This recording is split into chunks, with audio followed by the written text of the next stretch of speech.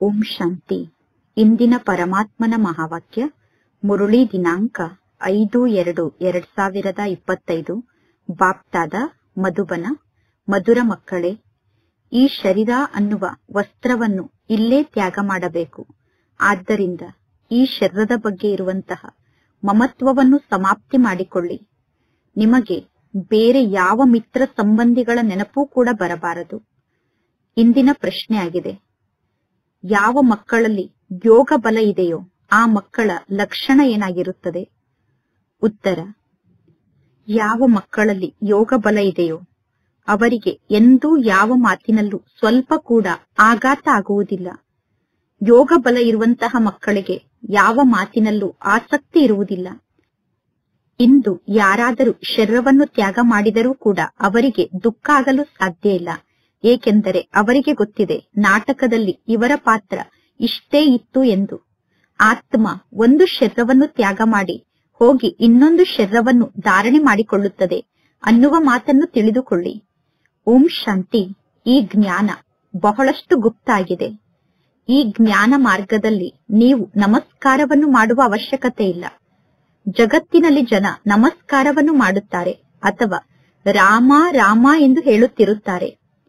ಈ ಜ್ಞಾನ ಮಾರ್ಗದಲ್ಲಿ ಇಂತಹ ಯಾವ ಮಾತು ನಡೆಯಲು ಸಾಧ್ಯ ಇಲ್ಲ. ಏಕೆಂದರೆ ಇದು ಒಂದು ಕುಟುಂಬ ಆಗಿದೆ. ಕುಟುಂಬದ ಮಧ್ಯದಲ್ಲಿ ಒಬ್ಬರು ಇನ್ನೊಬ್ಬರಿಗೆ ನಮಸ್ಕಾರವನ್ನು ಮಾಡುವುದಿಲ್ಲ.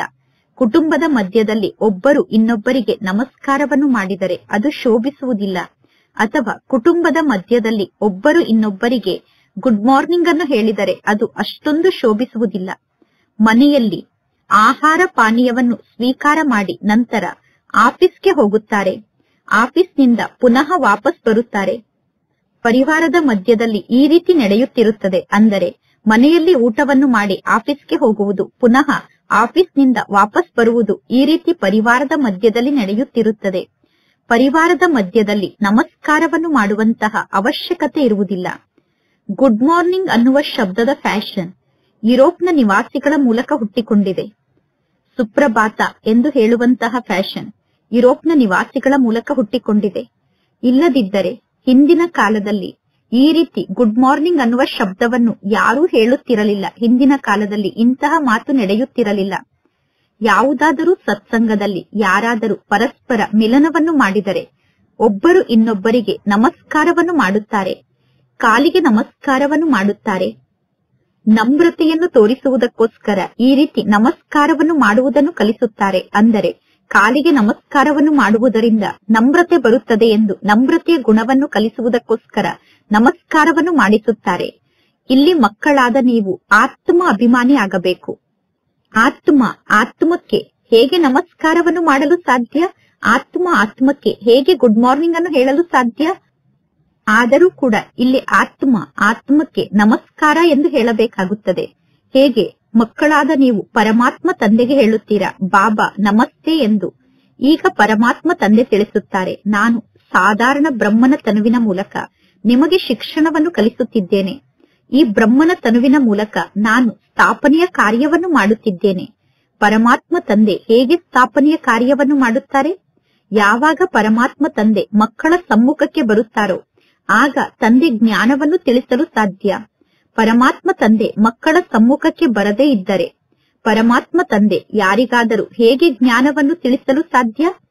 ಇಲ್ಲಿ ಪರಮಾತ್ಮ ತಂದೆ ಮಕ್ಕಳ ಸಮ್ಮುಖದಲ್ಲಿ ಕುಳಿತು ಮಕ್ಕಳಿಗೆ ತಿಳಿಸುತ್ತಿದ್ದಾರೆ ಮತ್ತು ತಂದೆ ಹೇಳುತ್ತಿರುವಂತಹ ಜ್ಞಾನದ ಮಾತನ್ನು ಮಕ್ಕಳೇ ಅರ್ಥ ಮಾಡಿಕೊಳ್ಳುತ್ತಿದ್ದಾರೆ. ಇಬ್ಬರಿಗೂ ಕೂಡ ನಮಸ್ಕಾರವನ್ನು ಮಾಡಬೇಕಾಗುತ್ತದೆ. ಬಾಪ್ತಾದ ನಮಸ್ತೆ ಎಂದು ಹೇಳಬೇಕಾಗುತ್ತದೆ. ಅಂದರೆ ಶಿವ ತಂದೆಗೂ ನಮಸ್ತೆಯನ್ನು ಹೇಳಬೇಕಾಗುತ್ತದೆ ಮತ್ತು ಬ್ರಹ್ಮ ತಂದೆಗೂ ಕೂಡ ನಮಸ್ತೆಯನ್ನು ಹೇಳಬೇಕಾಗುತ್ತದೆ. ಹೊರಗಡೆ ಜಗತ್ತಿನವರು ಒಂದು ವೇಳೆ ಈ ಮಾತನ್ನು ಕೇಳಿಸಿಕೊಂಡರೆ ಅವರು ಗೊಂದಲಕ್ಕೊಳಗಾಗುತ್ತಾರೆ. ಇಲ್ಲಿ ನೀವು ಬಾಪ್ತಾದ ಎಂದು ಏಕೆ ಹೇಳುತ್ತೀರಾ ಎಂದು ಅವರಿಗೆ ಗೊಂದಲ ಆಗುತ್ತದೆ. ಅಂದರೆ ನೀವು ಶಿವ ತಂದೆ ಮತ್ತು ಬ್ರಹ್ಮ ತಂದೆ ಇಬ್ಬರ ಹೆಸರನ್ನು ಸೇರಿಸಿ ಬಾಪ್ತಾದ ಎಂದು ಏಕೆ ಹೇಳುತ್ತಿದ್ದೀರಾ ಎಂದು ಅವರು ಗೊಂದಲಕ್ಕೊಳಗಾಗುತ್ತಾರೆ. ಜಗತ್ತಿನಲ್ಲಿ ಬಹಳಷ್ಟು ಜನ ಮನುಷ್ಯರು ಎರಡು ಹೆಸರನ್ನು ಇಟ್ಟುಕೊಂಡಿರುತ್ತಾರೆ. ಹೇಗೆ ಲಕ್ಷ್ಮೀ ನಾರಾಯಣ ಅಥವಾ ರಾಧಾಕೃಷ್ಣ ಅನ್ನುವ ಹೆಸರಿದೆ ತಾನೆ. ಲಕ್ಷ್ಮೀ ನಾರಾಯಣ ರಾಧಾಕೃಷ್ಣ ಅನ್ನುವ ಹೆಸರನ್ನು ಇಟ್ಟುಕೊಂಡಿದ್ದಾರೆ ಅಂದರೆ ಸ್ತ್ರೀ ಮತ್ತು ಪುರುಷ ಇಬ್ಬರು ಒಟ್ಟಿಗೆ ಇದ್ದಂತೆ. ಅಂದರೆ ಈ ಹೆಸರಿನಲ್ಲಿ ಸ್ತ್ರೀಯ ಹೆಸರು ಮತ್ತು ಪುರುಷರ ಹೆಸರು ಎರಡೂ ಹೆಸರು ಒಟ್ಟಿಗೆ ಇದೆ. ಅಂದ ಮೇಲೆ ಜಗತ್ತಿನಲ್ಲಿ ಹೇಗೆ ಎರಡು ಹೆಸರನ್ನು ಒಟ್ಟಿಗೆ ಹೇಳಿಕೊಳ್ಳುತ್ತಾರೋ ಅದೇ ರೀತಿ ಇಲ್ಲಿ ಬಾಪ್ತಾದ ಎಂದು ಹೇಳಲಾಗುತ್ತದೆ. ಈ ಎಲ್ಲಾ ಜ್ಞಾನದ ಮಾತನ್ನು ಮಕ್ಕಳಾದ ನೀವು ಮಾತ್ರ ಅರ್ಥ ಮಾಡಿಕೊಳ್ಳಲು ಸಾಧ್ಯ. ಅವಶ್ಯವಾಗಿ ಪರಮಾತ್ಮ ತಂದೆ ದೊಡ್ಡ ತಂದೆ ಆಗಿದ್ದಾರೆ. ಜಗತ್ತಿನಲ್ಲಿ ಲಕ್ಷ್ಮೀನಾರಾಯಣ, ರಾಧಾಕೃಷ್ಣ ಅನ್ನುವ ಡಬ್ಬಲ್ ಹೆಸರನ್ನು ಇಟ್ಟುಕೊಂಡರೂ ಕೂಡ ಒಬ್ಬ ವ್ಯಕ್ತಿ ಮಾತ್ರ ಅಲ್ಲಿ ಇರುತ್ತಾರೆ. ಒಬ್ಬ ವ್ಯಕ್ತಿಗೆ ಡಬ್ಬಲ್ ಹೆಸರಿರುತ್ತದೆ. ಅಂದ ಮೇಲೆ ಒಬ್ಬರು ಎರಡು ಹೆಸರನ್ನು ಏಕೆ ಇಟ್ಟುಕೊಂಡಿದ್ದಾರೆ? ಈಗ ಮಕ್ಕಳಾದ ನಿಮಗೆ ಗೊತ್ತಿದೆ, ಇದೆಲ್ಲ ತಪ್ಪು ಹೆಸರಾಗಿದೆ. ಪರಮಾತ್ಮ ತಂದೆಯ ಬಗ್ಗೆ ಯಾರಿಗೂ ಗೊತ್ತಿಲ್ಲ. ಯಾರು ಪರಮಾತ್ಮ ತಂದೆಯ ಪರಿಚಯವನ್ನು ತಿಳಿದುಕೊಂಡಿಲ್ಲ ಮತ್ತು ಯಾರು ತಂದೆಯನ್ನು ಗುರುತಿಸಲು ಕೂಡ ಸಾಧ್ಯ ಇಲ್ಲ. ನೀವೀಗ ಹೇಳುತ್ತೀರಾ ನಮಸ್ತೆ ಬಾಪ್ತಾದ ಎಂದು. ನೀವು ಬಾಪ್ತಾದರವರಿಗೆ ನಮಸ್ತೆ ಎಂದು ಹೇಳುತ್ತೀರಾ. ಅಂದರೆ ಶಿವ ತಂದೆಗೆ ಮತ್ತು ಬ್ರಹ್ಮ ತಂದೆಗೆ ಇಬ್ಬರಿಗೂ ನೀವು ನಮಸ್ತೆ ಎಂದು ಹೇಳುತ್ತೀರಾ. ಪರಮಾತ್ಮ ತಂದೆ ಪುನಃ ಹೇಳುತ್ತಾರೆ, ಶಾರೀರಿಕ ಆತ್ಮಿಕ ಮಕ್ಕಳಿಗೆ ನಮಸ್ತೆ ಎಂದು ಪರಮಾತ್ಮ ತಂದೆ ಹೇಳುತ್ತಾರೆ. ಆದರೆ ಇಷ್ಟು ಉದ್ದವಾದ ಹೆಸರನ್ನು ಹೇಳಿದರೆ ಅದು ಶೋಭಿಸುವುದಿಲ್ಲ. ಶಬ್ದ ಸರಿಯಾಗಿದೆ. ಈಗ ನೀವೆಲ್ಲರೂ ಶಾರೀರಿಕ ರೂಪದಲ್ಲೂ ಪರಮಾತ್ಮ ತಂದೆಗೆ ಮಕ್ಕಳಾಗಿದ್ದೀರಾ ಮತ್ತು ಆತ್ಮಿಕ ರೂಪದಲ್ಲೂ ಪರಮಾತ್ಮ ತಂದೆಗೆ ಮಕ್ಕಳಾಗಿದ್ದೀರಾ. ಶಿವ ತಂದೆ ಸರ್ವ ಆತ್ಮರಿಗೂ ತಂದೆ ಆಗಿದ್ದಾರೆ. ಪುನಃ ಪ್ರಜಾಪಿತ ಬ್ರಹ್ಮ ಕೂಡ ಇಲ್ಲಿ ಅವಶ್ಯವಾಗಿ ಇದ್ದಾರೆ. ಪ್ರಜಾಪಿತ ಬ್ರಹ್ಮನ ಸಂತಾನರಾದ ನೀವೆಲ್ಲರೂ ಸೋದರ ಸೋದರಿಯರಾಗಿದ್ದೀರಾ. ಅಂದ ಮೇಲೆ ಇದು ಪ್ರವೃತ್ತಿ ಮಾರ್ಗ ಆಗಿದೆ. ಪ್ರಜಾಪಿತ ಬ್ರಹ್ಮನಿಗೆ ಮಕ್ಕಳಾದ ನಾವೆಲ್ಲರೂ ಪರಸ್ಪರ ಸೋದರ ಸೋದರಿಯರಾಗಿದ್ದೇವೆ. ಅಂದ ಮೇಲೆ ಇದು ಪ್ರವೃತ್ತಿ ಮಾರ್ಗ ಆಗಿಬಿಡುತ್ತದೆ. ನೀವೆಲ್ಲರೂ ಬ್ರಹ್ಮ ಕುಮಾರ್ ಬ್ರಹ್ಮ ಕುಮಾರಿಯರಾಗಿದ್ದೀರಾ. ಬ್ರಹ್ಮ ಕುಮಾರ್ ಬ್ರಹ್ಮ ಕುಮಾರಿಯರಾಗಿರುವ ಕಾರಣ ಪ್ರಜಾಪಿತ ಬ್ರಹ್ಮ ಅನ್ನುವ ಹೆಸರು ಕೂಡ ಸಿದ್ಧ ಆಗುತ್ತದೆ. ಪರಮಾತ್ಮ ತಂದೆ ತಿಳಿಸುತ್ತಾರೆ, ಈ ಜ್ಞಾನ ಮಾರ್ಗದಲ್ಲಿ ಅಂಧಶ್ರದ್ಧೆಯ ಯಾವ ಮಾತೂ ಇಲ್ಲ. ನೀವೀಗ ಹೇಳಬೇಕು, ಬ್ರಹ್ಮ ಕುಮಾರ್ ಮತ್ತು ಬ್ರಹ್ಮ ಕುಮಾರಿಯರಾದ ನಾವು ಪರಮಾತ್ಮ ತಂದೆಯ ಮೂಲಕ ಆಸ್ತಿಯನ್ನು ಪಡೆದುಕೊಳ್ಳುತ್ತಿದ್ದೇವೆ. ಬ್ರಹ್ಮ ಕುಮಾರ್ ಬ್ರಹ್ಮ ಕುಮಾರಿಯರಿಗೆ ಪರಮಾತ್ಮ ತಂದೆಯ ಮೂಲಕ ಆಸ್ತಿ ಪ್ರಾಪ್ತಿಯಾಗುತ್ತದೆ. ಬ್ರಹ್ಮನ ಮೂಲಕ ನಮಗೆ ಆಸ್ತಿ ಸಿಗುವುದಿಲ್ಲ. ಬ್ರಹ್ಮ ಕೂಡ ಶಿವ ತಂದೆಗೆ ಮಗು ಆಗಿದ್ದಾರೆ. ಸೂಕ್ಷ್ಮ ವತನದ ನಿವಾಸಿಯಾದಂತಹ ಬ್ರಹ್ಮ ವಿಷ್ಣು ಶಂಕರ ಪರಮಾತ್ಮನ ರಚನೆ ಆಗಿದ್ದಾರೆ. ಈ ಬ್ರಹ್ಮ ವಿಷ್ಣು ಶಂಕರರಿಗೂ ಕೂಡ ರಚಯಿತ ಒಬ್ಬ ಪರಮಾತ್ಮ ಶಿವ ತಂದೆ ಆಗಿದ್ದಾರೆ. ಶಿವ ತಂದೆಗೋಸ್ಕರ ಎಂದು ಯಾರೂ ಈ ರೀತಿ ಹೇಳಲು ಸಾಧ್ಯ ಇಲ್ಲ. ಶಿವ ತಂದೆಯನ್ನು ಯಾರು ರಚನೆ ಮಾಡಿದರು, ಶಿವ ತಂದೆಯ ರಚಯಿತ ಯಾರು ಎಂದು ಎಂದೂ ಯಾರೂ ಕೇಳಲು ಸಾಧ್ಯ ಇಲ್ಲ. ಶಿವ ತಂದೆಯ ರಚಯಿತ ಎಂದೂ ಇರಲು ಸಾಧ್ಯ ಇಲ್ಲ. ಶಿವ ತಂದೆಯನ್ನು ಯಾರೂ ರಚನೆ ಮಾಡಲು ಸಾಧ್ಯ ಇಲ್ಲ. ಬ್ರಹ್ಮ ವಿಷ್ಣು ಶಂಕರ ಕೂಡ ರಚನೆ ಆಗಿದ್ದಾರೆ. ಇವರೆಲ್ಲರ ಮೇಲೆ ಶಿವ ತಂದೆ ಇದ್ದಾರೆ. ಪರಮಾತ್ಮ ಶಿವ ತಂದೆ ಸರ್ವ ಆತ್ಮರಿಗೂ ತಂದೆ ಆಗಿದ್ದಾರೆ. ಪರಮಾತ್ಮ ತಂದೆ ರಚಯಿತ ಆಗಿದ್ದಾರೆ. ಅಂದ ಮೇಲೆ ಪುನಃ ಪರಮಾತ್ಮ ತಂದೆ ಹೇಗೆ ರಚನೆಯನ್ನು ರಚಿಸುತ್ತಾರೆ ಅನ್ನುವ ಪ್ರಶ್ನೆ ಉತ್ಪನ್ನ ಆಗುತ್ತದೆ. ಇಲ್ಲದಿದ್ದರೆ ಇದು ಅನಾದಿಯಿಂದ ಮಾಡಲ್ಪಟ್ಟಂತಹ ನಾಟಕ ಆಗಿದೆ. ಇಷ್ಟೆಲ್ಲಾ ಆತ್ಮರನ್ನು ಪರಮಾತ್ಮ ತಂದೆ ಯಾವಾಗ ರಚನೆ ಮಾಡಿದರು ಅನ್ನುವ ಪ್ರಶ್ನೆ ಉತ್ಪನ್ನ ಆಗಲು ಸಾಧ್ಯ ಇಲ್ಲ. ಈ ನಾಟಕ ಅನಾದಿಯಿಂದ ನಡೆಯುತ್ತಾ ಇದೆ. ಈ ನಾಟಕಕ್ಕೆ ಅಂತ್ಯವೇ ಇಲ್ಲ. ಇದು ಅಂತ್ಯ ಇಲ್ಲದಂತಹ ನಾಟಕ ಆಗಿದೆ. ಎಂದು ಈ ನಾಟಕದ ಅಂತ್ಯ ಆಗಲು ಸಾಧ್ಯ ಇಲ್ಲ. ಈ ಜ್ಞಾನದ ಮಾತನ್ನು ಮಕ್ಕಳಾದ ನೀವು ನಂಬರ್ ವಾರಾಗಿ ಅರ್ಥ ಮಾಡಿಕೊಂಡಿದ್ದೀರಾ. ಇದು ಬಹಳ ಸಹಜವಾದ ಜ್ಞಾನದ ಮಾತಾಗಿದೆ. ಒಬ್ಬ ಪರಮಾತ್ಮ ತಂದೆಯನ್ನು ಬಿಟ್ಟು ಬೇರೆ ಯಾರ ಬಗ್ಗೆಯೂ ನಿಮಗೆ ಆಸಕ್ತಿ ಇರಬಾರದು. ಯಾರಾದರೂ ಬದುಕಲಿ ಅಥವಾ ಸಾಯಲಿ, ನಿಮಗೂ ಅನ್ಯರಿಗೂ ಸಂಬಂಧ ಇಲ್ಲ. ಗಾಯನ ಕೂಡ ಇದೆ. ತಾಯಿ ಸತ್ತರೂ ಕೂಡ ಹಲ್ವಾ ತಿನ್ನಬೇಕು. ಅಂದರೆ ತಾಯಿ ಸತ್ತರೂ ಕೂಡ ಹಲ್ವಾ ತಿಂದಾಗ ಎಷ್ಟು ಖುಷಿಯಲ್ಲಿ ಇರುತ್ತೀರೋ ಅಷ್ಟು ಖುಷಿಯಲ್ಲಿ ಇರಬೇಕು ಎಂದು ಗಾಯನ ಇದೆ. ತಿಳಿದುಕೊಳ್ಳಿ, ಇದ್ದಕ್ಕಿದ್ದಂತೆ ಯಾರಾದರೂ ಸಾಯುತ್ತಾರೆ, ಯಾರಾದರೂ ಸತ್ತರೆ ಇದರಲ್ಲಿ ಚಿಂತೆಯನ್ನು ಮಾಡುವಂತಹ ಮಾತಿಲ್ಲ. ಏಕೆಂದರೆ ಈ ನಾಟಕ ಅನಾದಿಯಿಂದ ಮಾಡಲ್ಪಟ್ಟಂತಹ ನಾಟಕ ಆಗಿದೆ. ನಾಟಕದ ಅನುಸಾರ ಸಮಯಕ್ಕೆ ಸರಿಯಾಗಿ ಆ ಆತ್ಮ ಶರೀರವನ್ನು ತ್ಯಾಗ ಮಾಡಿ ಹೋಗಬೇಕಿತ್ತು. ಆ ಆತ್ಮ ಶರೀರವನ್ನು ತ್ಯಾಗ ಮಾಡಿ ಹೋಯಿತು. ಅವರು ಶರೀರವನ್ನು ತ್ಯಾಗ ಮಾಡಿದರೆ ಇದರಲ್ಲಿ ಯಾರು ಏನನ್ನು ಮಾಡಲು ಸಾಧ್ಯ? ಅವರು ಶರೀರವನ್ನು ತ್ಯಾಗ ಮಾಡಿದರೆ ಇದರಲ್ಲಿ ಯಾರೂ ಏನನ್ನೂ ಮಾಡಲು ಸಾಧ್ಯ ಇಲ್ಲ. ಈ ಮಾತಿನಲ್ಲಿ ಸ್ವಲ್ಪ ಕೂಡ ದುಃಖಿಗಳಾಗುವಂತಹ ಪ್ರಶ್ನೆಯೇ ಇಲ್ಲ. ಯಾರಾದರೂ ಶರೀರವನ್ನು ತ್ಯಾಗ ಮಾಡಿದರೆ ನೀವು ಸ್ವಲ್ಪ ಕೂಡ ದುಃಖಿಗಳಾಗುವಂತಹ ಮಾತೇ ಇಲ್ಲ. ಇದು ಯೋಗ ಬಲದ ಸ್ಥಿತಿಯಾಗಿದೆ. ನೀವೀಗ ಯೋಗ ಬಲದಲ್ಲಿ ಸ್ಥಿತ ಆಗಬೇಕು. ಕಾಯಿದೆ ಹೇಳುತ್ತದೆ, ಸ್ವಲ್ಪ ಕೂಡ ನಿಮಗೆ ಆಘಾತ ಆಗಬಾರದು. ಅಂದರೆ ಯಾರಾದರೂ ಶರೀರವನ್ನು ತ್ಯಾಗ ಮಾಡಿದರೆ ನಿಮಗೆ ಸ್ವಲ್ಪ ಕೂಡ ಆಘಾತ ಆಗಬಾರದು ಎಂದು ಕಾಯಿದೆ ಹೇಳುತ್ತದೆ. ಏಕೆಂದರೆ ಎಲ್ಲರೂ ಪಾತ್ರಧಾರಿಗಳಾಗಿದ್ದಾರೆ. ಪ್ರತಿಯೊಬ್ಬರು ತಮ್ಮ ತಮ್ಮ ಪಾತ್ರವನ್ನು ಅಭಿನಯ ಮಾಡುತ್ತಾರೆ. ಈಗ ಮಕ್ಕಳಿಗೆ ಇಲ್ಲಿ ಜ್ಞಾನ ಪ್ರಾಪ್ತಿಯಾಗಿದೆ. ಹೇ ಪರಂಪಿತಾ ಪರಮಾತ್ಮ ತಂದೆ, ನೀವು ಬಂದು ನಮ್ಮನ್ನು ವಾಪಸ್ ಕರೆದುಕೊಂಡು ಹೋಗಿ ಎಂದು ಮಕ್ಕಳು ಪರಮಾತ್ಮ ತಂದೆಗೆ ಹೇಳುತ್ತಾರೆ. ಎಲ್ಲರ ಶರೀರವನ್ನು ವಿನಾಶ ಮಾಡಿಸಿ ಎಲ್ಲಾ ಆತ್ಮರನ್ನು ಪರಮಾತ್ಮ ತಂದೆ ಜೊತೆಗೆ ಕರೆದುಕೊಂಡು ಹೋಗಬೇಕು. ಇಷ್ಟೆಲ್ಲಾ ಆತ್ಮರ ಶರೀರವನ್ನು ವಿನಾಶ ಮಾಡಿಸಿ ತಂದೆ ಆತ್ಮರನ್ನು ವಾಪಸ್ ಕರೆದುಕೊಂಡು ಹೋಗಬೇಕು. ಇದು ಬಹಳ ದೊಡ್ಡ ಕೆಲಸ ಆಗಿದೆ. ಜಗತ್ತಿನಲ್ಲಿ ಯಾರಾದರೂ ಒಬ್ಬರು ಸತ್ತರೆ ಸತ್ತಂತಹ ವ್ಯಕ್ತಿಯನ್ನು ನೋಡಿ 12 ತಿಂಗಳವರೆಗೂ ಅಳುತ್ತಿರುತ್ತಾರೆ. ಪರಮಾತ್ಮ ತಂದೆ ಇಷ್ಟೆಲ್ಲಾ ಆತ್ಮರನ್ನು ಒಟ್ಟಿಗೆ ಕರೆದುಕೊಂಡು ಹೋಗುತ್ತಾರೆ. ಎಲ್ಲರ ಶರೀರ ಇಲ್ಲೇ ಸಮಾಪ್ತಿಯಾಗುತ್ತದೆ. ಮಕ್ಕಳಿಗೆ ಗೊತ್ತಿದೆ, ಮಹಾಭಾರತ ಯುದ್ಧ ನಡೆದಾಗ ಸೊಳ್ಳೆ ಹಿಂಡಿನಂತೆ ಎಲ್ಲರೂ ವಾಪಸ್ ಮನೆಗೆ ಹೋಗುತ್ತಾರೆ. ಪ್ರಾಕೃತಿಕ ವಿಕೋಪ ಕೂಡ ನಡೆಯುತ್ತದೆ. ಈ ಸಂಪೂರ್ಣ ಜಗತ್ತೇ ಬದಲಾಗುತ್ತದೆ. ಈಗ ನೋಡಿ, ಇಂಗ್ಲೆಂಡ್, ರಷ್ಯಾ ಮುಂತಾದ ದೊಡ್ಡ ದೊಡ್ಡ ದೇಶಗಳಿದೆ. ಸತ್ಯಯುಗದಲ್ಲಿ ಈ ಎಲ್ಲಾ ದೇಶಗಳು ಇರುತ್ತದೆಯೇನು? ಇಲ್ಲ. ಜಗತ್ತಿನಲ್ಲಿ ಯಾರ ಬುದ್ಧಿಯಲ್ಲೂ ಈ ವಿಚಾರ ನಡೆಯುವುದೇ ಇಲ್ಲ. ನಮ್ಮ ರಾಜ್ಯದಲ್ಲಿ ಬೇರೆ ಯಾವ ದೇಶವೂ ಇರಲಿಲ್ಲ ಅನ್ನುವ ಮಾತು ಜಗತ್ತಿನಲ್ಲಿ ಯಾರ ಬುದ್ಧಿಯಲ್ಲೂ ಇಲ್ಲ. ನಮ್ಮ ರಾಜ್ಯದಲ್ಲಿ ಒಂದೇ ಧರ್ಮ ಇತ್ತು, ಒಂದೇ ರಾಜ್ಯ ಇತ್ತು ಅನ್ನುವ ಮಾತು ಕೂಡ ಮಕ್ಕಳ ಬುದ್ಧಿಯಲ್ಲಿ ನಂಬರ್ ವಾರಾಗಿ ಚೆನ್ನಾಗಿ ಧಾರಣೆ ಆಗುತ್ತದೆ. ಒಂದು ವೇಳೆ ಜ್ಞಾನ ಬುದ್ಧಿಯಲ್ಲಿ ಧಾರಣೆ ಆದರೆ ಸದಾ ಜ್ಞಾನದ ನಶೆ ಏರಿರಬೇಕು. ಕೆಲವರಿಗೆ ಬಹಳ ಕಷ್ಟಪಟ್ಟಾಗ ಜ್ಞಾನದ ನಶೆ ಇರುತ್ತದೆ. ಮಿತ್ರ ಸಂಬಂಧಿ ಮುಂತಾದವರ ಕಡೆ ಬುದ್ಧಿ ಜೋಡಣೆ ಆಗುತ್ತಿರುತ್ತದೆ. ಮಿತ್ರ ಸಂಬಂಧಿ ಮುಂತಾದ ಎಲ್ಲಾ ವ್ಯಕ್ತಿಗಳ ನೆನಪಿನಿಂದ ಬುದ್ಧಿಯನ್ನು ದೂರ ಮಾಡಿಕೊಂಡು ಕೇವಲ ಒಬ್ಬ ಬೇಹದ್ದಿನ ತಂದೆಯ ನೆನಪಿನಲ್ಲಿ ಸ್ಥಿತಾಗಿ ಬೇಹದ್ದಿನ ಖುಷಿಯಲ್ಲಿ ಸ್ಥಿತ ಆಗಬೇಕು. ಆಗ ಬಹಳ ದೊಡ್ಡ ಚಮತ್ಕಾರ ಆಗುತ್ತದೆ. ಕೇವಲ ಒಬ್ಬ ಬೇಹದ್ದಿನ ತಂದೆಯ ನೆನಪಿನಲ್ಲಿ ಸ್ಥಿತಾಗಿ ಬೇಹದ್ದಿನ ಖುಷಿಯಲ್ಲಿ ಇರುವುದು ಬಹಳ ದೊಡ್ಡ ಚಮತ್ಕಾರದ ಮಾತಾಗಿದೆ. ಅಂತ್ಯದಲ್ಲಿ ನೀವು ಈ ರೀತಿ ಬೇಹದ್ದಿನ ಖುಷಿಯಲ್ಲಿ ಇರುತ್ತೀರಾ. ಅಂತ್ಯದಲ್ಲಿ ನೀವು ಕರ್ಮಾತೀತ ಸ್ಥಿತಿಯನ್ನು ಪ್ರಾಪ್ತಿ ಮಾಡಿಕೊಳ್ಳುತ್ತೀರಾ. ಅಂತ್ಯದಲ್ಲಿ ಶರೀರದ ಅಭಿಮಾನ ಸಮಾಪ್ತಿಯಾಗುತ್ತದೆ.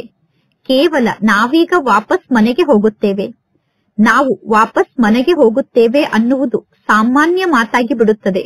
ಹೇಗೆ ನಾಟಕದಲ್ಲಿ ಪಾತ್ರವನ್ನು ಅಭಿನಯ ಮಾಡುವಂತಹ ಪಾತ್ರಧಾರಿಗಳು ಪಾತ್ರವನ್ನು ಅಭಿನಯ ಮಾಡಿ ಪಾತ್ರ ಮುಗಿದ ನಂತರ ವಾಪಸ್ ಮನೆಗೆ ಹೋಗುತ್ತಾರೋ, ಅದೇ ರೀತಿ ನಾವೀಗ ವಾಪಸ್ ಮನೆಗೆ ಹೋಗುತ್ತೇವೆ. ಈ ದೇಹ ಅನ್ನುವ ವಸ್ತ್ರವನ್ನು ನಾವು ಇಲ್ಲೇ ತ್ಯಾಗ ಮಾಡಬೇಕು. ಈ ಶರೀರ ಅನ್ನುವ ವಸ್ತ್ರವನ್ನು ನಾವು ಇಲ್ಲೇ ಧಾರಣೆ ಮಾಡಿಕೊಳ್ಳುತ್ತೇವೆ. ಪುನಃ ಈ ಶರೀರ ಅನ್ನುವ ವಸ್ತ್ರವನ್ನು ನಾವು ಇಲ್ಲೇ ತ್ಯಾಗ ಮಾಡುತ್ತೇವೆ. ಇದೆಲ್ಲ ಹೊಸ ಮಾತಾಗಿದೆ. ಈ ಹೊಸ ಮಾತಿನ ಜ್ಞಾನ ನಿಮ್ಮ ಬುದ್ಧಿಯಲ್ಲಿ ಇದೆ. ಬೇರೆ ಯಾರ ಬುದ್ಧಿಯಲ್ಲೂ ಈ ಜ್ಞಾನ ಇಲ್ಲ. ತಂದೆ ಮತ್ತು ಆಸ್ತಿಯ ಸ್ಮೃತಿಯಲ್ಲಿ ಇರಬೇಕು. ಪರಮಾತ್ಮ ತಂದೆ ಎಲ್ಲರಿಗಿಂತ ಮೇಲೆ ಇದ್ದಾರೆ. ಜಗತ್ತಿನ ಜನ ಹೇಳುತ್ತಾರೆ, ಬ್ರಹ್ಮನ ಮೂಲಕ ಸ್ಥಾಪನೆ, ಶಂಕರ್ನ ಮೂಲಕ ವಿನಾಶ, ವಿಷ್ಣುವಿನ ಮೂಲಕ ಪಾಲನೆ ಎಂದು. ಒಳ್ಳೆಯದು. ಇನ್ನು ಶಿವತಂದೆಯ ಕಾರ್ಯ ಏನಾಗಿದೆ? ಸರ್ವಶ್ರೇಷ್ಠ ಆದಂತಹ ಶಿವತಂದೆಯ ಬಗ್ಗೆ ಯಾರಿಗೂ ಗೊತ್ತಿಲ್ಲ. ಜಗತ್ತಿನ ಜನ ಶಿವತಂದೆಗೆ ಶಿವತಂದೆ ಸರ್ವವ್ಯಾಪಿ ಆಗಿದ್ದಾರೆ ಎಂದು ಹೇಳುತ್ತಾರೆ.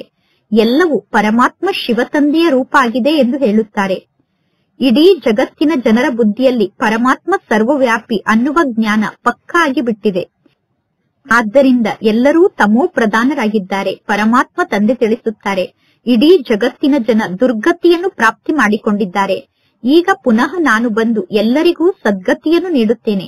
ಒಂದು ವೇಳೆ ಪರಮಾತ್ಮ ತಂದೆ ಸರ್ವವ್ಯಾಪಿ ಆಗಿದ್ದರೆ ಪುನಃ ಎಲ್ಲರೂ ಭಗವಂತ ಆಗಿ ಬಿಡಬೇಕಿತ್ತು. ಎಲ್ಲರೂ ಭಗವಂತ ಆಗಲು ಹೇಗೆ ಸಾಧ್ಯ?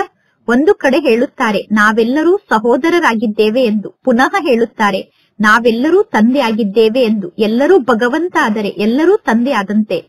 ನಾವೆಲ್ಲರೂ ಸಹೋದರರು ಎಂದು ಹೇಳುತ್ತೇವೆ ಅಂದ ಮೇಲೆ ನಾವೆಲ್ಲರೂ ತಂದೆ ಆಗಲು ಸಾಧ್ಯ ಇಲ್ಲ ಅನ್ನುವ ಮಾತನ್ನು ಜನ ಅರ್ಥ ಮಾಡಿಕೊಂಡಿಲ್ಲ.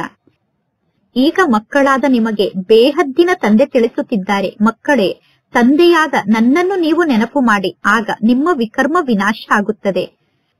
ನೀವೀಗ ಈ ಬ್ರಹ್ಮ ತಂದೆಯನ್ನು ನೆನಪು ಮಾಡಬಾರದು ಮತ್ತು ಮಮ್ಮಾರವರನ್ನು ನೀವು ನೆನಪು ಮಾಡಬಾರದು.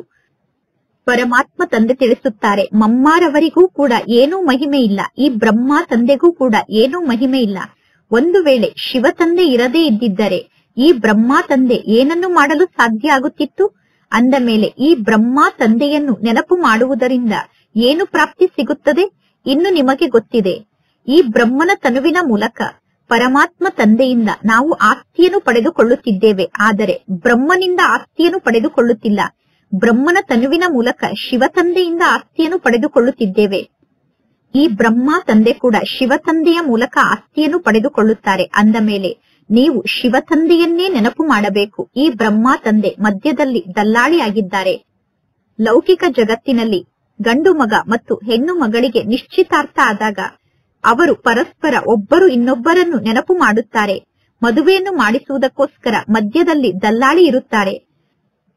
ಅವರಿಬ್ಬರಿಗೂ ಮಧ್ಯದಲ್ಲಿ ಮದುವೆಯನ್ನು ಮಾಡಿಸುವಂತವರು ದಲ್ಲಾಳಿಯಾಗಿದ್ದಾರೆ. ಅದೇ ರೀತಿ ಪರಮಾತ್ಮ ತಂದೆ ಈ ಬ್ರಹ್ಮನ ತನುವಿನ ಮೂಲಕ ಆತ್ಮರಾದ ನಮ್ಮ ಜೊತೆಗೆ ನಿಶ್ಚಿತಾರ್ಥವನ್ನು ಮಾಡಿಕೊಳ್ಳುತ್ತಾರೆ. ಆದ್ದರಿಂದ ಗಾಯನ ಕೂಡ ಇದೆ, ಸದ್ಗುರು ದಲ್ಲಾಳಿಯ ರೂಪದಲ್ಲಿ ಸಿಕ್ಕಿದ್ದಾರೆ ಎಂದು. ಸದ್ಗುರು ದಲ್ಲಾಳಿ ಅಲ್ಲ, ಸದ್ಗುರು ನಿರಾಕಾರ ಪರಮಾತ್ಮ ತಂದೆ ಆಗಿದ್ದಾರೆ.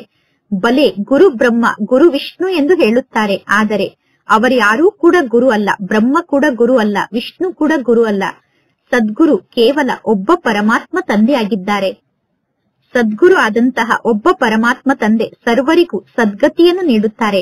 ಪರಮಾತ್ಮ ತಂದೆ ಮಕ್ಕಳಾದ ನಿಮಗೆ ಈ ಜ್ಞಾನದ ಶಿಕ್ಷಣವನ್ನು ಕಲಿಸಿದ್ದಾರೆ. ಅಂದ ಮೇಲೆ ನೀವೀಗ ಪುನಃ ಅನ್ಯರಿಗೆ ಮಾರ್ಗವನ್ನು ತೋರಿಸುತ್ತೀರಾ. ನೀವೀಗ ಎಲ್ಲರಿಗೂ ಹೇಳುತ್ತೀರಾ. ಎಲ್ಲವನ್ನು ನೋಡುತ್ತಿದ್ದರೂ ಕೂಡ ನೋಡದಂತೆ ಇರಬೇಕು. ಅಂದರೆ ಈ ಜಗತ್ತನ್ನು ನೋಡುತ್ತಿದ್ದರೂ ಕೂಡ ನೋಡದಂತೆ ಇರಬೇಕು. ನಿಮ್ಮ ಬುದ್ಧಿ ಒಬ್ಬ ಶಿವ ತಂದೆಯ ಜೊತೆಗೆ ಜೋಡಣೆ ಆಗಿರಬೇಕು. ಈ ಕಣ್ಣಿನ ಮೂಲಕ ನೀವು ಏನೆಲ್ಲವನ್ನು ನೋಡುತ್ತಿದ್ದೀರೋ ಅದೆಲ್ಲವೂ ಕೂಡ ಸ್ಮಶಾನ ಆಗಲೇಬೇಕು. ನೀವೀಗ ಒಬ್ಬ ಪರಮಾತ್ಮ ತಂದೆಯನ್ನು ನೆನಪು ಮಾಡಬೇಕು. ನೀವು ಈ ಬ್ರಹ್ಮ ತಂದೆಯನ್ನೂ ಕೂಡ ನೆನಪು ಮಾಡಬಾರದು. ಬುದ್ಧಿ ಹೇಳುತ್ತದೆ, ಈ ಬ್ರಹ್ಮ ತಂದೆಯ ಮೂಲಕ ನಮಗೆ ಆಸ್ತಿ ಸಿಗುವುದಿಲ್ಲ. ಆಸ್ತಿ ಕೇವಲ ಒಬ್ಬ ಪರಮಾತ್ಮ ಶಿವ ತಂದೆಯ ಮೂಲಕ ನಮಗೆ ಪ್ರಾಪ್ತಿಯಾಗುತ್ತದೆ.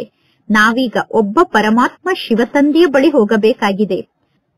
ವಿದ್ಯಾರ್ಥಿಗಳು ಎಂದಾದರೂ ವಿದ್ಯಾರ್ಥಿಗಳನ್ನು ನೆನಪು ಮಾಡುತ್ತಾರೇನು? ವಿದ್ಯಾರ್ಥಿಗಳು ಟೀಚರ್ ಅನ್ನು ನೆನಪು ಮಾಡುತ್ತಾರೆ. ಶಾಲೆಯಲ್ಲಿ ಯಾರು ತೀಕ್ಷ್ಣವಾಗಿ ಶಿಕ್ಷಣವನ್ನು ಕಲಿಯುವಂತಹ ಮಕ್ಕಳಾಗಿರುತ್ತಾರೋ ಅವರು ಪುನಃ ಅನ್ಯರನ್ನೂ ಕೂಡ ಮೇಲೆ ಎತ್ತಲು ಪ್ರಯತ್ನವನ್ನು ಪಡುತ್ತಾರೆ. ಪರಮಾತ್ಮ ತಂದೆ ತಿಳಿಸುತ್ತಾರೆ, ಒಬ್ಬರು ಇನ್ನೊಬ್ಬರನ್ನು ಮೇಲೆ ಎತ್ತಲು ಪ್ರಯತ್ನವನ್ನು ಪಡಬೇಕು. ಆದರೆ ಅದೃಷ್ಟದಲ್ಲಿ ಇಲ್ಲ ಅಂದರೆ ಮಕ್ಕಳು ಪುರುಷಾರ್ಥವನ್ನು ಮಾಡುವುದಿಲ್ಲ. ಸ್ವಲ್ಪ ಪ್ರಾಪ್ತಿ ಸಿಕ್ಕ ತಕ್ಷಣ ಮಕ್ಕಳು ಖುಷಿ ಪಡುತ್ತಾರೆ. ಸ್ವಲ್ಪ ಪ್ರಾಪ್ತಿ ಸಿಕ್ಕ ತಕ್ಷಣ ನೀವು ಖುಷಿ ಪಡಬಾರದು. ನೀವೀಗ ಎಲ್ಲರಿಗೂ ಜ್ಞಾನವನ್ನು ತಿಳಿಸಬೇಕು. ಪ್ರದರ್ಶನದಲ್ಲಿ ಬಹಳಷ್ಟು ಜನ ಜ್ಞಾನವನ್ನು ಕೇಳಲು ಬರುತ್ತಾರೆ. ಅನೇಕರಿಗೆ ಜ್ಞಾನವನ್ನು ತಿಳಿಸಿದಾಗ ನಿಮ್ಮ ಉನ್ನತಿ ಬಹಳಷ್ಟು ಆಗುತ್ತದೆ. ನೀವು ಅನೇಕರಿಗೆ ಜ್ಞಾನವನ್ನು ತಿಳಿಸಿದರೆ ಸ್ವಯಂನ ಉನ್ನತಿ ಆಗುತ್ತದೆ. ಪ್ರದರ್ಶನವನ್ನು ನೋಡಲು ನೀವು ನಿಮಂತ್ರಣವನ್ನು ನೀಡಿ ದೊಡ್ಡ ವ್ಯಕ್ತಿಗಳನ್ನು ಕರೆಸುತ್ತೀರಾ. ದೊಡ್ಡ ದೊಡ್ಡ ತಿಳುವಳಿಕೆ ಉಳ್ಳಂತಹ ಬುದ್ಧಿವಂತ ವ್ಯಕ್ತಿಗಳು ಕೂಡ ಪ್ರದರ್ಶನವನ್ನು ನೋಡಲು ಬರುತ್ತಾರೆ. ನೀವು ಪ್ರದರ್ಶನಕ್ಕೆ ನಿಮಂತ್ರಣವನ್ನು ನೀಡದೇ ಇದ್ದರೆ, ಅಂದರೆ ಪ್ರದರ್ಶನವನ್ನು ನೋಡಲು ದೊಡ್ಡ ವ್ಯಕ್ತಿಗಳಿಗೆ ನಿಮಂತ್ರಣವನ್ನು ನೀಡದೇ ಇದ್ದರೆ ಅನೇಕ ಪ್ರಕಾರದ ಜನ ಪ್ರದರ್ಶನವನ್ನು ನೋಡಲು ಬರುತ್ತಾರೆ. ಕೆಲವರಂತೂ ಉಲ್ಟಾ ಸುಲ್ಟಾ ಅಲ್ಲ ಸಲ್ಲದ ವ್ಯರ್ಥ ಮಾತನ್ನು ಮಾತನಾಡುತ್ತಾರೆ. ರಾಯಲ್ ವ್ಯಕ್ತಿಗಳ ನಡತೆ ಕೂಡ ಬಹಳಷ್ಟು ರಾಯಲ್ ಆಗಿರುತ್ತದೆ. ರಾಯಲ್ ವ್ಯಕ್ತಿಗಳ ನಡತೆ ವ್ಯವಹಾರ ಬಹಳಷ್ಟು ರಾಯಲ್ ಆಗಿರುತ್ತದೆ. ರಾಯಲ್ ವ್ಯಕ್ತಿಗಳು ರಾಯಲ್ಟಿಯಿಂದ ನಿಮ್ಮ ಪ್ರದರ್ಶನದ ಒಳಗಡೆ ಬರುತ್ತಾರೆ. ರಾಯಲ್ ವ್ಯಕ್ತಿಗಳ ನಡತೆಯಲ್ಲಿ ಬಹಳಷ್ಟು ಅಂತರ ಇರುತ್ತದೆ. ಈ ಜ್ಞಾನ ಮಾರ್ಗದಲ್ಲಿ ಕೆಲವರಿಗೆ ಚೆನ್ನಾಗಿ ವ್ಯವಹಾರವನ್ನು ಮಾಡುವಂತಹ ತಿಳುವಳಿಕೆ ಕೂಡ ಇಲ್ಲ. ಇನ್ನು ಕೆಲವರಿಗೆ ಚೆನ್ನಾಗಿ ಮಾತನಾಡುವಂತಹ ತಿಳುವಳಿಕೆ ಕೂಡ ಇಲ್ಲ. ಜಾತ್ರೆಯಲ್ಲಿ ಅನೇಕ ಪ್ರಕಾರದ ಜನ ಇರುತ್ತಾರೆ. ಜಾತ್ರೆಯನ್ನು ನೋಡಲು ಅನೇಕ ಪ್ರಕಾರದ ಜನ ಹೋಗುತ್ತಾರೆ. ಜಾತ್ರೆಗೆ ಬರಬೇಡಿ ಎಂದು ಯಾರಿಗೂ ಹೇಳಲು ಸಾಧ್ಯ ಇಲ್ಲ. ಆದ್ದರಿಂದ ಪ್ರದರ್ಶನವನ್ನು ನೀವು ನಿರ್ಮಾಣ ಮಾಡಿದಾಗ ಪ್ರದರ್ಶನಕ್ಕೋಸ್ಕರ ನಿಮಂತ್ರಣಾ ಕಾರ್ಡ್ ಅನ್ನು ನೀವು ಪ್ರಿಂಟ್ ಮಾಡಿಸಿ ರಾಯಲ್ ಆದಂತಹ ಒಳ್ಳೆಯ ವ್ಯಕ್ತಿಗಳನ್ನು ನೀವು ಆಹ್ವಾನ ಮಾಡುತ್ತೀರಾ. ರಾಯಲ್ ಆದಂತಹ ಒಳ್ಳೆಯ ವ್ಯಕ್ತಿಗಳು ನಿಮ್ಮ ನಿಮಂತ್ರಣಾ ಪತ್ರಿಕೆಯನ್ನು ನೋಡಿ ನಿಮ್ಮ ಪ್ರದರ್ಶನವನ್ನು ನೋಡಲು ಬರುತ್ತಾರೆ. ಪುನಃ ಅವರು ಪ್ರದರ್ಶನದಲ್ಲಿ ಜ್ಞಾನವನ್ನು ಕೇಳಿ ಹೋಗಿ ಅನ್ಯರಿಗೂ ಕೂಡ ಜ್ಞಾನವನ್ನು ತಿಳಿಸುತ್ತಾರೆ. ಕೆಲವೊಮ್ಮೆ ನೀವು ಸ್ತ್ರೀಯರಿಗೋಸ್ಕರ ಕಾರ್ಯಕ್ರಮವನ್ನು ಇಡಬೇಕು. ಆಗ ಸ್ತ್ರೀಯರೇ ಬಂದು ಪ್ರದರ್ಶನವನ್ನು ನೋಡಬೇಕು. ಏಕೆಂದರೆ ಕೆಲವೊಂದು ಸ್ಥಾನದಲ್ಲಿ ಸ್ತ್ರೀಯರು ಇನ್ನೂ ಪರದೆಯ ಒಳಗಡೆ ಇರುತ್ತಾರೆ. ಕೆಲವೊಂದು ಸ್ಥಾನದಲ್ಲಿ ಈಗಲೂ ಕೂಡ ಸ್ತ್ರೀಯರು ಪರದೆಯ ಒಳಗಡೆ ಇರುತ್ತಾರೆ. ಪುರುಷರು ಇರುವಂತಹ ಸ್ಥಾನಕ್ಕೆ ಸ್ತ್ರೀಯರು ಬರುವುದಿಲ್ಲ. ಆದ್ದರಿಂದ ಕೇವಲ ಸ್ತ್ರೀಯರ ಪ್ರೋಗ್ರಾಮ್ ಅನ್ನು ನೀವು ನಡೆಸಬೇಕು. ಆ ಸ್ತ್ರೀಯರ ಕಾರ್ಯಕ್ರಮದಲ್ಲಿ, ಅಂದರೆ ಮಹಿಳೆಯರ ಕಾರ್ಯಕ್ರಮದಲ್ಲಿ ಯಾವ ಪುರುಷರೂ ಕೂಡ ಬರಬಾರದು. ಪರಮಾತ್ಮ ತಂದೆ ತಿಳಿಸಿದ್ದಾರೆ, ಶಿವ ತಂದೆ ನಿರಾಕಾರ ಆಗಿದ್ದಾರೆ ಅನ್ನುವ ಮಾತನ್ನು ಮೊದಲು ನೀವು ಎಲ್ಲರಿಗೂ ತಿಳಿಸಬೇಕು. ಶಿವ ತಂದೆ ಮತ್ತು ಬ್ರಹ್ಮ ತಂದೆ ಇಬ್ಬರೂ ಕೂಡ ನಮಗೆ ತಂದೆ ಆಗಿದ್ದಾರೆ. ಶಿವ ತಂದೆ ಕೂಡ ಬಾಬಾ ಆಗಿದ್ದಾರೆ, ಬ್ರಹ್ಮ ತಂದೆ ಕೂಡ ಬಾಬಾ ಆಗಿದ್ದಾರೆ. ಆದರೆ ಶಿವ ತಂದೆ ಮತ್ತು ಬ್ರಹ್ಮ ತಂದೆ ಇಬ್ಬರು ಏಕರಸವಾಗಿ ಇರಲು ಸಾಧ್ಯ ಇಲ್ಲ. ಇಬ್ಬರು ತಂದೆಯರ ಮೂಲಕ ನಮಗೆ ಆಸ್ತಿ ಸಿಗುವುದಿಲ್ಲ. ಅಜ್ಜ ಆದಂತಹ ಶಿವ ತಂದೆಯ ಮೂಲಕ ನಮಗೆ ಆಸ್ತಿ ಸಿಗುತ್ತದೆ. ತಂದೆ ಆದಂತಹ ಬ್ರಹ್ಮನ ಮೂಲಕ ಅಜ್ಜ ಆದಂತಹ ಶಿವ ತಂದೆಯ ಆಸ್ತಿ ನಮಗೆ ಸಿಗುತ್ತದೆ. ಅಜ್ಜನ ಆಸ್ತಿಯ ಮೇಲೆ ಪ್ರತಿಯೊಬ್ಬರಿಗೂ ಅಧಿಕಾರ ಇರುತ್ತದೆ. ಬಲೆ ಕೆಲವರು ಕುಪುತ್ರ ಮಕ್ಕಳಾಗಿರುತ್ತಾರೆ. ಅವರು ಕುಪುತ್ರ ಮಕ್ಕಳಾಗಿದ್ದರೂ ಕೂಡ ಅಜ್ಜನ ಮೂಲಕ ಆ ಕುಪುತ್ರ ಮಕ್ಕಳಿಗೂ ಕೂಡ ಆಸ್ತಿ ಸಿಗುತ್ತದೆ. ಅಜ್ಜನ ಆಸ್ತಿಯ ಮೇಲೆ ಮೊಮ್ಮಕ್ಕಳಿಗೆ ಅಧಿಕಾರ ಇದೆ ಅನ್ನುವುದು ಈ ಕಲಿಯುಗದ ಕಾಯಿದೆಯಾಗಿದೆ. ಅನೇಕರಿಗೆ ಗೊತ್ತಿದೆ, ಈ ಮಕ್ಕಳಿಗೆ ಹಣ ಸಿಕ್ಕರೆ ಇವರು ಒಂದೇ ವರ್ಷದಲ್ಲಿ ಆ ಸಂಪೂರ್ಣ ಹಣವನ್ನು ಕಳೆದುಕೊಂಡು ಲಾಸ್ ಮಾಡಿಕೊಳ್ಳುತ್ತಾರೆ ಎಂದು. ಆದರೆ ಗೌರ್ಮೆಂಟ್ನ ಕಾಯಿದೆ ಇದೇ ರೀತಿ ಇದೆ. ಆದ್ದರಿಂದ ಅಜ್ಜನ ಆಸ್ತಿಯನ್ನು ಮೊಮ್ಮಕ್ಕಳಿಗೆ ನೀಡಲೇಬೇಕಾಗುತ್ತದೆ. ಅಜ್ಜನ ಆಸ್ತಿಯನ್ನು ಮೊಮ್ಮಕ್ಕಳಿಗೆ ನೀಡುವಾಗ ಗೌರ್ಮೆಂಟ್ ಕೂಡ ತಡೆಯಲು ಸಾಧ್ಯ ಇಲ್ಲ. ಬ್ರಹ್ಮ ತಂದೆ ಈ ಎಲ್ಲಾ ಮಾತಿನಲ್ಲೂ ಅನುಭವಿಯಾಗಿದ್ದಾರೆ. ಒಬ್ಬ ರಾಜನಿಗೆ ಒಬ್ಬ ಮಗ ಇದ್ದರು. 1 ಕೋಟಿ ರೂಪಾಯಿಯನ್ನು ಅವರು 12 ತಿಂಗಳಲ್ಲಿ ಸಮಾಪ್ತಿ ಮಾಡಿಬಿಟ್ಟರು. ರಾಜನ ಮಗ ಆದಂತಹ ಒಬ್ಬ ರಾಜಕುಮಾರ ತನ್ನ ತಂದೆಯ 1 ಕೋಟಿ ರೂಪಾಯಿ ಆಸ್ತಿಯನ್ನು 12 ತಿಂಗಳಲ್ಲಿ ಸಮಾಪ್ತಿ ಮಾಡಿಬಿಟ್ಟರು. ಜಗತ್ತಿನಲ್ಲಿ ಈ ರೀತಿ ನಡೆಯುತ್ತಿರುತ್ತದೆ. ಶಿವ ತಂದೆಯಂತೂ ಎಂದೂ ಕೂಡ ನಾನು ಇಂತಹ ವ್ಯಕ್ತಿಗಳನ್ನು ನೋಡಿದ್ದೇನೆ ಎಂದು ಹೇಳುವುದಿಲ್ಲ. ಅಂದರೆ ಈ ರೀತಿ ಹಣವನ್ನು ಲಾಸ್ ಮಾಡಿಕೊಳ್ಳುವಂತಹ ವ್ಯಕ್ತಿಗಳನ್ನು ನಾನು ನೋಡಿದ್ದೇನೆ ಎಂದು ಶಿವ ತಂದೆ ಹೇಳುವುದಿಲ್ಲ. ಈ ಬ್ರಹ್ಮ ತಂದೆ ಸ್ವಯಂ ಹೇಳುತ್ತಾರೆ, ನಾನು ಇಂತಹ ಅನೇಕ ಉದಾಹರಣೆಯನ್ನು ಈ ಜಗತ್ತಿನಲ್ಲಿ ನೋಡಿದ್ದೇನೆ. ಏಕೆಂದರೆ ಈ ಕಲಿಯುಗಿ ಜಗತ್ತು ಬಹಳಷ್ಟು ಕೊಳಕಾದ ಜಗತ್ತಾಗಿದೆ. ಇದು ಹಳೆಯ ಜಗತ್ತಾಗಿದೆ. ಇದು ಹಳೆಯ ಮನೆಯಾಗಿದೆ. ಹಳೆಯ ಮನೆಯನ್ನು ಸದಾ ಒಡೆಯಬೇಕಾಗುತ್ತದೆ. ಹಳೆಯ ಮನೆಯನ್ನು ಬೀಳಿಸಬೇಕಾಗುತ್ತದೆ. ಈ ಲಕ್ಷ್ಮೀ ನಾರಾಯಣರ ರಾಜ್ಯವನ್ನು ನೋಡಿ. ಲಕ್ಷ್ಮೀ ನಾರಾಯಣರ ರಾಜ್ಯದಲ್ಲಿ ಇವರ ಮನೆ ಎಷ್ಟು ಸುಂದರವಾಗಿರುತ್ತದೆ. ಅಂದರೆ ಲಕ್ಷ್ಮೀ ನಾರಾಯಣರ ಮನೆ ಸ್ವರ್ಗದಲ್ಲಿ ಎಷ್ಟೊಂದು ಸುಂದರವಾಗಿರುತ್ತದೆ. ಈಗ ಪರಮಾತ್ಮ ತಂದೆಯ ಮೂಲಕ ನೀವು ಅರ್ಥ ಮಾಡಿಕೊಳ್ಳುತ್ತಿದ್ದೀರಾ, ನಾವೀಗ ನರನಿಂದ ನಾರಾಯಣ ಆಗುತ್ತೇವೆ ಎಂದು. ಇದು ಸತ್ಯನಾರಾಯಣನ ಸತ್ಯ ಕಥೆಯಾಗಿದೆ. ಈಗ ಮಕ್ಕಳಾದ ನೀವೇ ಈ ಜ್ಞಾನವನ್ನು ಅರ್ಥ ಮಾಡಿಕೊಂಡಿದ್ದೀರಾ. ನಿಮ್ಮಲ್ಲಿ ಎಲ್ಲರೂ ಸಂಪೂರ್ಣ ಹೂವಾಗಿಲ್ಲ. ಮಕ್ಕಳಾದ ನಿಮ್ಮಲ್ಲಿ ಎಲ್ಲರೂ ಈಗಲೇ ಸಂಪೂರ್ಣ ಹೂವಾಗಿಲ್ಲ. ಈ ಜ್ಞಾನ ಮಾರ್ಗದಲ್ಲಿ ನಿಮ್ಮ ನಡತೆ ಬಹಳಷ್ಟು ಚೆನ್ನಾಗಿರಬೇಕು. ನಿಮ್ಮ ನಡತೆ ಬಹಳಷ್ಟು ರಾಯಲ್ ಆಗಿರಬೇಕು. ದಿನ ಪ್ರತಿದಿನ ಕಳೆದಂತೆ ನೀವು ಸ್ವಯಂನ ಉನ್ನತಿಯನ್ನು ಮಾಡಿಕೊಳ್ಳುತ್ತೀರಾ. ದಿನ ಪ್ರತಿದಿನ ಕಳೆದಂತೆ ನೀವು ಹೂವಾಗುತ್ತಾ ಹೋಗುತ್ತೀರಾ. ಮಕ್ಕಳಾದ ನೀವು ಪ್ರೀತಿಯಿಂದ ಬಾಪ್ತಾದ ಎಂದು ಹೇಳುತ್ತೀರಾ. ಅಂದರೆ ಶಿವ ತಂದೆ ಮತ್ತು ಬ್ರಹ್ಮ ತಂದೆಯನ್ನು ನೀವು ಬಾಪ್ತಾದ ಎಂದು ಪ್ರೀತಿಯಿಂದ ಕರೆಯುತ್ತೀರಾ. ಇದು ನಿಮ್ಮ ಹೊಸ ಭಾಷೆಯಾಗಿದೆ. ಈ ಭಾಷೆ ಮನುಷ್ಯರಿಗೆ ಅರ್ಥ ಆಗಲು ಸಾಧ್ಯ ಇಲ್ಲ. ಈ ಬ್ರಹ್ಮ ತಂದೆ ಬೇರೆ ಯಾವುದಾದರೂ ಊರಿಗೆ ಹೋದರೆ ಮಕ್ಕಳು ಹೇಳುತ್ತಾರೆ ಬಾಪ್ತಾದ ನಮಸ್ತೆ ಎಂದು. ಪರಮಾತ್ಮ ತಂದೆ ಆಗ ಮಕ್ಕಳಿಗೆ ಪ್ರತಿಕ್ರಿಯೆಯನ್ನು ನೀಡುತ್ತಾರೆ. ಆತ್ಮಿಕ ಶಾರೀರಿಕ ಮಕ್ಕಳಿಗೆ ನಮಸ್ತೆ ಎಂದು ಬಾಪ್ತಾದ ಹೇಳುತ್ತಾರೆ. ಆತ್ಮಿಕ ಮತ್ತು ಶಾರೀರಿಕ ಮಕ್ಕಳಿಗೆ ನಮಸ್ತೆ ಎಂದು ಹೇಳಬೇಕಾಗುತ್ತದೆ. ಬೇರೆ ಯಾರಾದರೂ ಈ ಶಬ್ದವನ್ನು ಕೇಳಿಸಿಕೊಂಡರೆ ಅವರು ಹೇಳುತ್ತಾರೆ ಇದಂತೂ ಸಂಪೂರ್ಣ ಹೊಸ ಮಾತಾಗಿದೆ ಎಂದು. ಬಾಪ್ತಾದ ಇಬ್ಬರು ಒಟ್ಟಿಗೆ ಇರಲು ಹೇಗೆ ಸಾಧ್ಯ? ಬಾಪ್ತಾದ ಎಂದು ಒಟ್ಟಿಗೆ ನೀವು ಏಕೆ ಕರೆಯುತ್ತೀರಾ ಎಂದು ಕೆಲವರು ನಿಮ್ಮನ್ನು ಕೇಳುತ್ತಾರೆ. ತಂದೆ ಮತ್ತು ಅಜ್ಜ ಇಬ್ಬರು ಒಂದೇ ಆಗಲು ಎಂದಾದರೂ ಸಾಧ್ಯ ಇದೆಯೇನು? ಒಂದೇ ತನುವಿನಲ್ಲಿ ತಂದೆ ಮತ್ತು ಅಜ್ಜ ಇರಲು ಸಾಧ್ಯ ಇದೆಯೇನು ಎಂದು ಕೆಲವರು ಕೇಳುತ್ತಾರೆ. ಹೆಸರು ಬೇರೆ ಬೇರೆ ಆಗಿದೆ. ಇಬ್ಬರ ಹೆಸರು ಬೇರೆ ಬೇರೆ ಆಗಿದೆ. ಒಬ್ಬರ ಹೆಸರು ಶಿವ ತಂದೆ ಆಗಿದೆ, ಇನ್ನೊಬ್ಬರ ಹೆಸರು ಬ್ರಹ್ಮ ತಂದೆ ಆಗಿದೆ. ಈ ಬ್ರಹ್ಮ ತಂದೆ ದೊಡ್ಡ ಸಹೋದರ ಆಗಿದ್ದಾರೆ. ಶಿವ ತಂದೆ ನಮ್ಮೆಲ್ಲರಿಗೂ ತಂದೆ ಆಗಿದ್ದಾರೆ. ಈಗ ನೀವು ಇಬ್ಬರಿಗೂ ಮಕ್ಕಳಾಗಿದ್ದೀರಾ. ನೀವೀಗ ಶಿವ ತಂದೆಗೂ ಮಕ್ಕಳಾಗಿದ್ದೀರಾ ಮತ್ತು ಬ್ರಹ್ಮ ತಂದೆಗೂ ಮಕ್ಕಳಾಗಿದ್ದೀರಾ. ನಿಮಗೆ ಗೊತ್ತಿದೆ, ಪರಮಾತ್ಮ ಶಿವ ತಂದೆ ಈ ಬ್ರಹ್ಮನ ತನುವಿನಲ್ಲಿ ಕುಳಿತಿದ್ದಾರೆ. ನಾವು ಬಾಪ್ತಾದರವರಿಗೆ ಮಕ್ಕಳಾಗಿದ್ದೇವೆ. ಅಂದ ಮೇಲೆ ಬುದ್ಧಿಯಲ್ಲಿ ಸದಾ ಈ ಜ್ಞಾನದ ಸ್ಮೃತಿ ಇರಬೇಕು. ಆಗ ಖುಷಿಯ ನಶೆ ಏರಿರುತ್ತದೆ. ನಾವು ಬಾಪ್ತಾದರವರಿಗೆ ಮಕ್ಕಳಾಗಿದ್ದೇವೆ ಅನ್ನುವ ಜ್ಞಾನದ ಸ್ಮೃತಿ ಬುದ್ಧಿಯಲ್ಲಿ ಇದ್ದರೆ ಖುಷಿಯ ನಶೆ ಏರಿರುತ್ತದೆ. ನಾಟಕದ ಬಗ್ಗೆ ಜ್ಞಾನವನ್ನು ಬುದ್ಧಿಯಲ್ಲಿ ಪಕ್ಕಾ ರೂಪದಲ್ಲಿ ಧಾರಣೆ ಮಾಡಿಕೊಳ್ಳಬೇಕು. ತಿಳಿದುಕೊಳ್ಳಿ, ಯಾರಾದರೂ ಶರೀರವನ್ನು ತ್ಯಾಗ ಮಾಡುತ್ತಾರೆ. ಶರೀರವನ್ನು ತ್ಯಾಗ ಮಾಡಿದರೆ ಪುನಃ ಅವರು ಹೋಗಿ ಇನ್ನೊಂದು ಜನ್ಮವನ್ನು ಪಡೆದುಕೊಂಡು ಪಾತ್ರವನ್ನು ಅಭಿನಯ ಮಾಡುತ್ತಾರೆ. ಪ್ರತಿಯೊಂದು ಆತ್ಮಕ್ಕೂ ಅವಿನಾಶಿ ಪಾತ್ರ ಸಿಕ್ಕಿದೆ. ಪರಮಾತ್ಮ ತಂದೆ ತಿಳಿಸುತ್ತಾರೆ, ಪ್ರತಿಯೊಬ್ಬರಿಗೂ ಸಿಕ್ಕಿರುವ ಪಾತ್ರದ ಬಗ್ಗೆ ನೀವು ಸ್ವಲ್ಪ ಕೂಡ ವಿಚಾರವನ್ನು ಮಾಡುವ ಅವಶ್ಯಕತೆ ಇಲ್ಲ. ಪ್ರತಿಯೊಬ್ಬರಿಗೂ ಅವಿನಾಶಿ ಪಾತ್ರ ಸಿಕ್ಕಿದೆ. ಅಂದ ಮೇಲೆ ಯಾರಾದರೂ ಶರೀರವನ್ನು ತ್ಯಾಗ ಮಾಡಿದರೆ ನೀವು ಸ್ವಲ್ಪ ಕೂಡ ಚಿಂತೆಯನ್ನು ಮಾಡುವ ಅವಶ್ಯಕತೆ ಇಲ್ಲ. ಶರೀರವನ್ನು ತ್ಯಾಗ ಮಾಡಿದಂತಹ ಆತ್ಮರು ಇನ್ನೊಂದು ಕಡೆ ಹೋಗಿ ಪಾತ್ರವನ್ನು ಅಭಿನಯ ಮಾಡಲೇಬೇಕು. ನೀವು ಆ ಆತ್ಮವನ್ನು ವಾಪಸ್ ಕರೆಸಿಕೊಳ್ಳಲು ಸಾಧ್ಯ ಇಲ್ಲ. ಇದು ನಾಟಕ ಆಗಿದೆ ತಾನೆ. ಅಂದ ಮೇಲೆ ಯಾರಾದರೂ ಶರೀರ ಬಿಟ್ಟರೆ ನೀವು ಇಲ್ಲಿ ಅಳುವಂತಹ ಮಾತಿಲ್ಲ. ಇದು ನಾಟಕ ಆಗಿದೆ. ಅಂದ ಮೇಲೆ ಶರೀರವನ್ನು ತ್ಯಾಗ ಮಾಡಿರುವಂತಹ ವ್ಯಕ್ತಿಗಳನ್ನು ನೋಡಿ ಇಲ್ಲಿ ಅಳುವ ಮಾತಿಲ್ಲ.